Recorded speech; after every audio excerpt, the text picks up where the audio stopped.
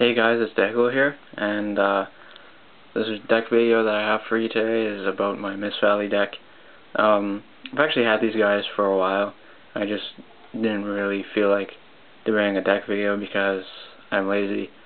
And yeah, but I actually got like a format basically. This is basically like more of a stall deck than a really big like powerhouse kind of strong attack dipty-doo-dah, whatever the hell you want to call it, kind of deck. So it's more for stall. It's kind of off-beat and off-tempo of what I usually do, like with the powerhouse, kind of beat the shit out of you, kind of deck. So yeah, getting started with the monsters. I actually have one proxied Miss Valley Shaman out because I can't find my other one.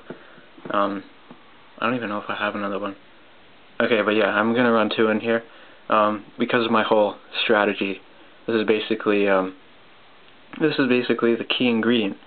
This card right here, basically the key ingredient to this whole stall format. So Miss Valley Shaman, and then 3 Miss Valley Executors, and this is another big key ingredient to the whole format of this stall deck. Basically, I have Shaman out on the field.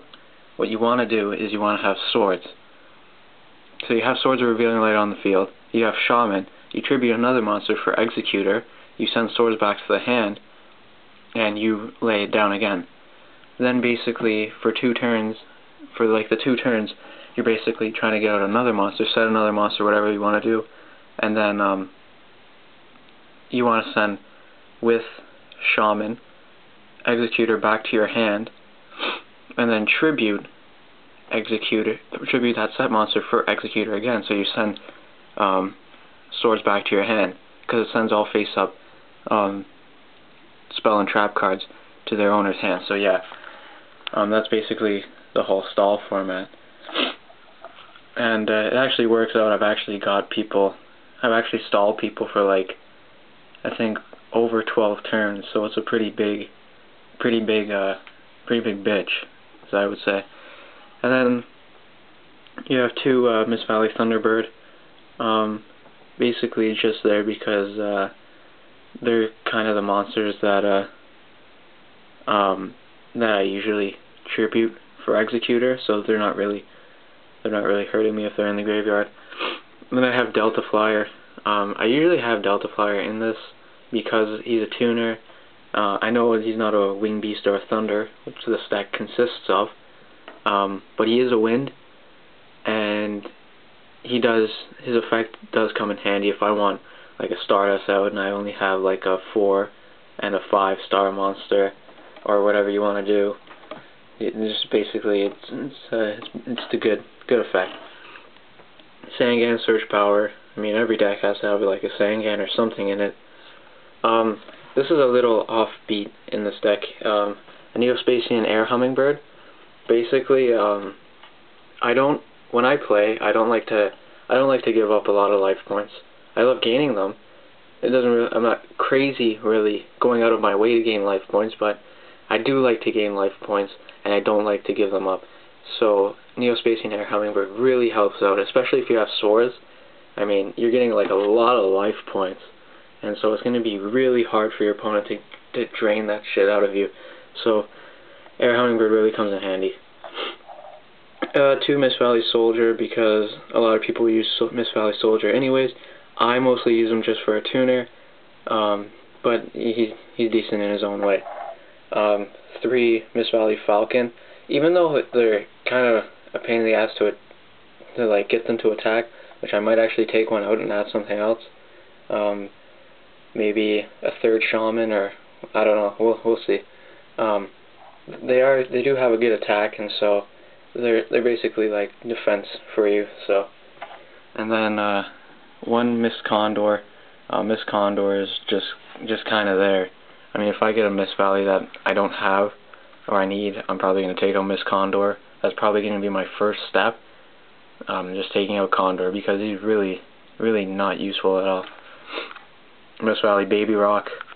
Again, he's not really that great either. I mean, you could special summon easily, so I might use him just for that. Mist Valley Watcher, I mean, his defense is decent, and actually, to be quite honest, I actually use him most of the time to tribute. So, one Apex Avian, I haven't actually really, I think I've only used this once, and that's because I was just completely owning. But yeah, it's not really a key ingredient in here. Just like basically all the other monsters really aren't. But you know, he's just there basically. Going on to spells, Triple Book of Moon. I mean, that's a given. That's just a given. Staple spell in this is Swords of Revealing Light. Obviously, I wish Swords was that too, but it's not. So, you know, you're gonna have to get around using one Swords. And actually, another thing I might use, I might side deck a magic reflector, which is a great card. I love it. Better hurry this up. So, Rising Air Current Field spell powers up my winds. Blah blah blah blah. And actually, I like destroying this with Ancient Fairy to give myself a more life point boost. So, Sarko, great way to search out Shaman or Executor. One MST and one Trunade, just because this is really tight. There's like 11 spells in this. So there's 20 spell and traps together, and 20 monsters, so it's tight on space. Reborn, Dark Hole, obviously. Traps, Icarus Attack, obviously it's a Wing Beast deck. I was gonna add 2, but considering they're like Wing Beast / Thunder, I mean, I'm not really gonna get to use 2 Icarus Attack a whole lot. Compulsive Evacuation Device, I actually use these 2 on my monsters more than I actually use them on my opponents.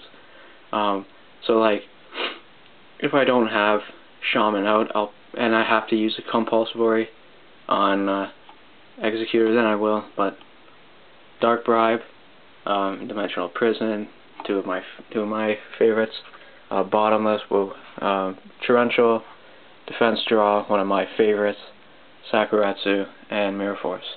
Moving on to the side deck, the 2 spells that I have side decked, I actually only have 4 cards side decked, and they're 2 spells and 2 traps. So the 2 spells is I have Spirit Burner and Makiyu, the Magical Mist. Makiyu just because it's like a thunder kind of thing, so it can work. And Spirit Burner because I like its effect. I mean, if I use Compulsory, or not even that, if I use Shaman's effect and I have Spirit Burner equipped to Executor and I send Executor back, that destroys Spirit Burner, and you know, they lose 500 life points, so it kills them slowly. And instead of draw phase, I can bring Spirit Burner back from the graveyard and just keep doing that, so it helps out. And then the 2 traps are Light Imprisoning Mirror and Shadow Imprisoning Mirror. I face some Blackwing decks with this, and you know, they kind of get a pain. They kind of get under my skin. So Shadow Imprisoning Mirror really helps out with fucking their whole shit up, right? And just like negates their effects and everything. So like in the grave and on the field, it's just completely awesome. And Light Imprisoning Mirror, you know, most of the dominant monsters are light nowadays, so I mean, Light Imprisoning Mirror basically the same shit as Shadow Imprisoning Mirror, so I really like those 2, and I really like using them. Onto extra deck. I have one Thunderlord. I don't have a Mistworm yet. Mox has the Mistworm that I'm gonna get off him, but for now, Thunderlord. Blackwing Dragon, because he's okay. Double Stardust. I don't usually get out 2 at the same time. I have before, but I mean, just in case. Black Rose, Ancient Fairy, and of course Fortress Dragon. So yeah, that was the deck. Be quite honest, this deck I wouldn't necessarily go to regionals with it, although I've never been to regionals before, so who knows, you could possibly do this if you play it right. But in my opinion, I wouldn't bring it to regionals, especially because regionals, there's decks that are so fast and everything, so who knows. But anyways, yeah, that was the deck, and I'll see you later, guys. Peace out.